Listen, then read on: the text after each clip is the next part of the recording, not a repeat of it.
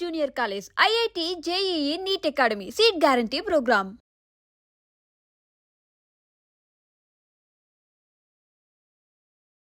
ఇది 3 లక్షల కిలోమీటర్ల దూరంలో లేకపోతే 10 కోట్ల కిలోమీటర్ల దూరంలో ఉన్న ఒక గ్రహానికి మనం ఒక ఉపగ్రహాన్ని పంపించడం అంటే ఇది ఎవరు చేసినా ఎప్పుడు చేసినా గొప్ప విషయమే. ఇంత పెద్ద టాస్క్ని మనం చేస్తున్నప్పుడు ఏమో ఏదైనా తప్పు జరుగుతుందేమో అని ఆ వీక్నెస్తో సైన్స్ పూర్తిగా లేని సైంటిస్టులు చేస్తున్నది. భారతదేశం యొక్క స్పేస్ ప్రోగ్రామ్ స్టార్ట్ చేసిన సైంటిస్టులు ఉన్నారు చూడండి, వాళ్ళు చేయలేదు ఇది. వాళ్ళు చేయకుండా కూడా ఆకాశంలోకి అంతరిక్షంలోకి శాటిలైట్స్ వెళ్ళినాయి. కొత్తగా ఉన్న బ్యాచ్ ఆఫ్ సైంటిస్ట్ ఎవరైతే ఉన్నారో మాధవన్ నాయర్ గారు కానీ రాధాకృష్ణన్ గారు కానీ వీళ్ళు చేస్తున్నది I don't think they service rules will even accept this. భారత ప్రభుత్వ సైంటిఫిక్ సలహాదారులు ఉన్నారు కదా, సిఎన్ఆర్ రావు గారు భారతరత్న ఇచ్చారు వారికి. ఆయన పబ్లిక్గా చెప్పారు కదా సైంటిస్ట్ ఇలా చేయటం తప్పు అని. ఈ సైంటిస్టులు అందరికంటే పైన ఉన్న సైంటిస్ట్ గారే దిస్ ఈజ్ రాంగ్ అని చెప్పారు. అంటే ప్రైవేట్గా ఇంట్లో పూజ చేసుకోవడానికి అభ్యంతరం లేదు. ఒక సైంటిఫిక్ ఇన్స్టిట్యూషన్ని తీసుకుపోయి ఒక దేవుడి కాళ్ళ దగ్గర పెట్టడం అన్నది రాంగ్. ఎందుకంటే science does not require God. Science requires its formulas and theories and technologies and a method of verification. అదంతా పక్కన పెట్టి చేయటము వీళ్ళ వీక్నెస్ అని మనకు అర్థమవుతుంది. చైనా ఉందండి, చైనా అన్న దేశము ఈజ్ ఎన్ ఏథియిస్ట్ కంట్రీ. ఎస్, దేశం ఏథియిస్ట్గా ఉండటం ఏంటి తప్పు. దేశానికి దేవుడి పట్ల అభిప్రాయం ఏంటి? It's wrong. దేశం అన్నది it's a political entity. It is a community of people bound by laws and regulations and protected by constitution and so on and so forth. A common currency, common measurements. ఆ దేశానికి దేవుడు ఉన్నాడు లేడు అన్న విషయంతో సంబంధం లేదు. సౌదీ అరేబియా మా దేవుడినే నమ్మాలి అని ఈ దేశం అంతా ఆ దేవుడి కోసమే ఉందని పాకిస్తాన్ అంటాము, బంగ్లాదేశ్ అంటాము, రాంగ్. బట్ అటువంటి తప్పే చైనా కూడా చేస్తుంది. చైనాకి ఆఫీషియల్ పాలసీ ఏథియిజం. ఆ విషయాన్ని పక్కన పెడితే నాస్తిక దేశం అయిన చైనా శాటిలైట్స్ని పంపిస్తుంది కదా, పూజ లేకుండానే పంపిస్తుంది కదా, వెళ్తున్నాయి. ఫ్రాన్స్ ఉంది, France is like secular country. France అయితే ఎటువంటి నాస్తికత్వం లేదు, ఆస్తికత్వం లేదు, న్యూట్రల్గా ఉండి అది కూడా వెళ్తుంది. మనకేం తెలుస్తుంది దీనివల్ల? పూజ చేసినా చేయకపోయినా అది అంతరిక్షంలోకి వెళ్తుంది అని. పూజ కారణంగా వెళ్తుందో లేదో తెలుసుకోవాలంటే రాకెట్కి ఫ్యూయల్ లేకుండా పూజ చేసి చూడాలి వెళ్తుందో లేదో. వెళ్ళదు కదా. సో ఇది మనుషుల యొక్క వీక్నెస్. నేను చాలా మంది కూడా ఇలాంటి విషయాలనే జరిగిందా మీకు? ఆయనకి మీకు వచ్చిన మధ్య కాన్ఫ్లిక్ట్ ఏమిటి? అంటే ఆయనకి నాకు అంటానికి ఆయన పరిచయం లేదండి. ఆయన తీసిన సినిమా ఏది నేను ఇప్పటిదాకా చూడలేదు కూడా. So we are not connected in any real way. కాకపోతే బాహుబలి బిల్డప్ ఏదైతే జరిగిందో అప్పుడు ఒక జర్నలిస్టు ఇంగ్లీష్లో sir are you an atheist అంటే ఎస్ ఐఎమ్ ఎన్ ఏథిస్ట్ ఆయన అంటాము.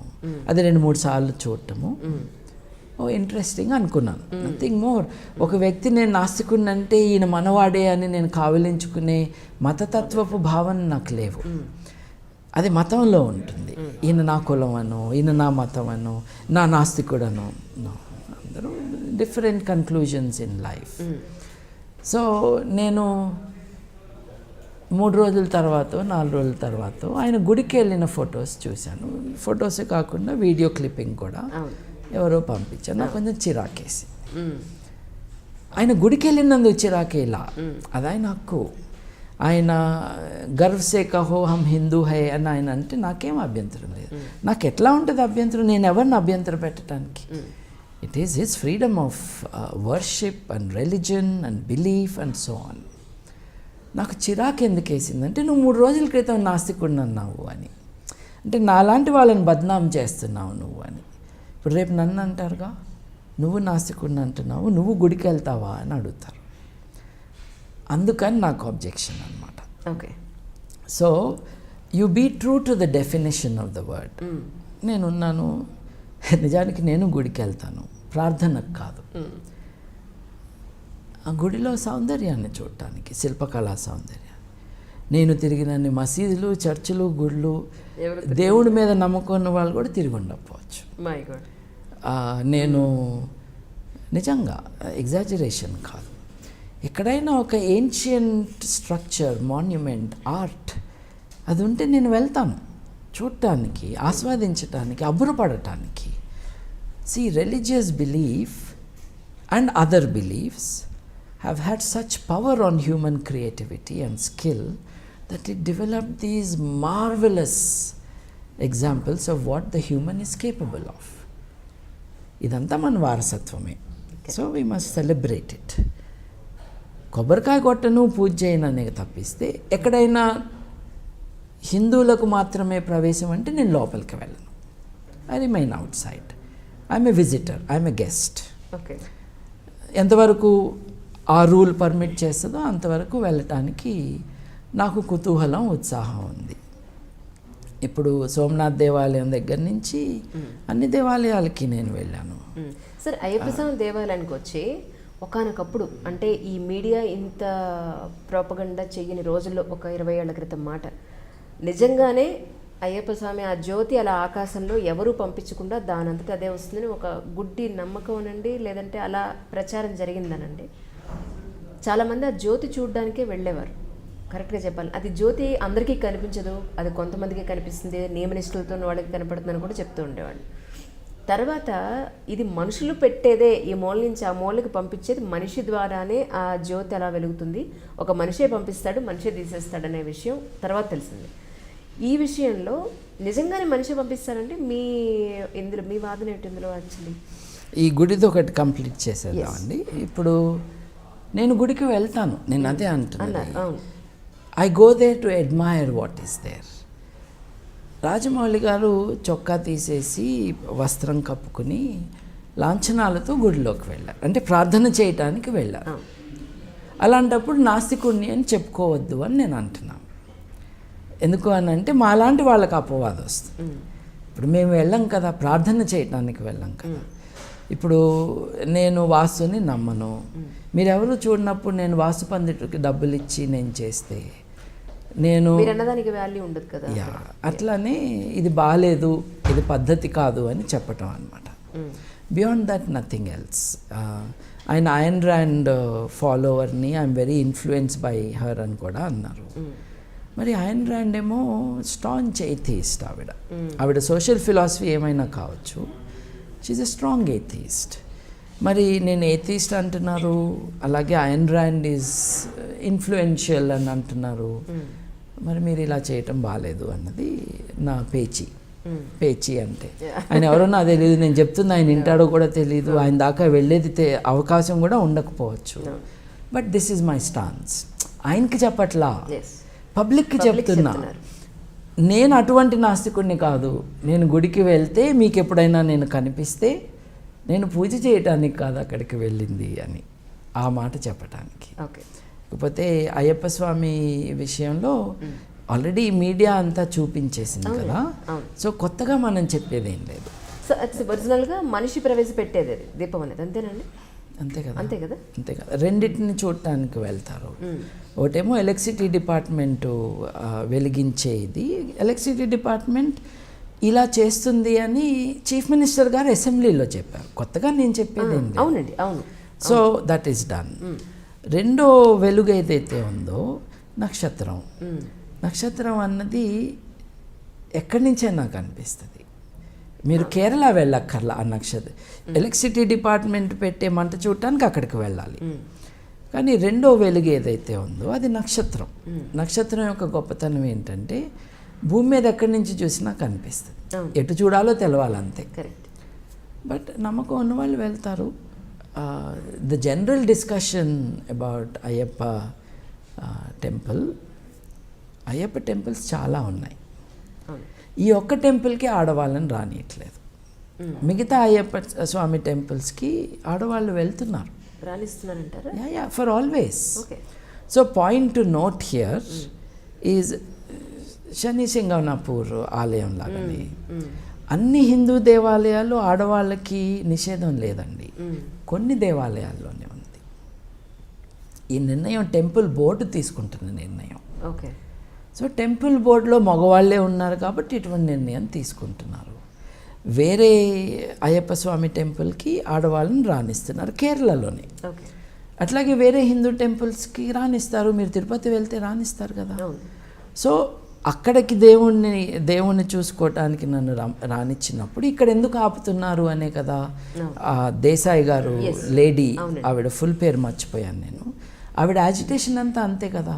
నేను హిందువుని, ఈ దేవుడు నా దేవుడు, నన్ను వెళ్ళనివ్వండి, ఆవిడ అడిగింది అది. డిస్క్రిమినేషన్ అన్నది సమాజంలో వైడ్ స్ప్రెడ్గా ఉంది. టెంపుల్లో కూడా దాన్ని తీసుకురావటాన్ని ఆపాలి. ఆపిన మేరకు ఆ మతం మానవీకరణ చెందుతుంది. It becomes more human.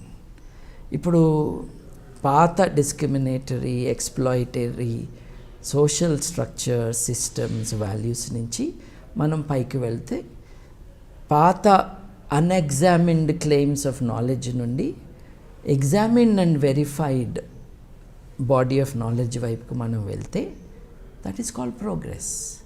ప్రగతి అంటే ఏమిటి? ఆధునిక విజ్ఞానానికి, ఆధునిక విలువలకి మన జీవితాన్ని, మన నమ్మకాల్ని, మన భావాన్ని అనుసంధానం చేసుకోవటం. Progress is simply that. సత్యాన్వేషణ అంటే ఏమిటి? ఇప్పుడు మనం సత్యం అని మాట్లాడుతూ ఉంటాము, అందరికీ కదా ట్రూత్ కావాలి అని. ట్రూత్ అన్నది వాస్తవానికి సంబంధించింది. It's not a metaphysical concept. దానికి రకరకాల రంగులు పూసి దాన్ని ఇమాజిన్ చేసుకోవాల్సిన అవసరం లేదు. Truth is a content of knowledge అని చెప్పాడు M N Roy. It is a content of knowledge. ఆ నాలెడ్జ్ ఎలా వస్తుంది? సైంటిఫిక్ మెథడ్లో వస్తుంది. ఊహతో మొదలైనా కూడా అది వెరిఫై చేసి ఫ్యాక్ట్గా ఎస్టాబ్లిష్ కావటానికి ఒక మెథడ్ ఉంటుంది. ఈ మెథడ్ని ఇదంతా మనం ఫాలో అయితే మానవ హక్కులే మన మోడర్న్ నైతికత. సైన్సే మనని సత్యం దగ్గరికి తీసుకెళ్ళేది. నీ సైన్స్కి అన్నీ తెలుసా?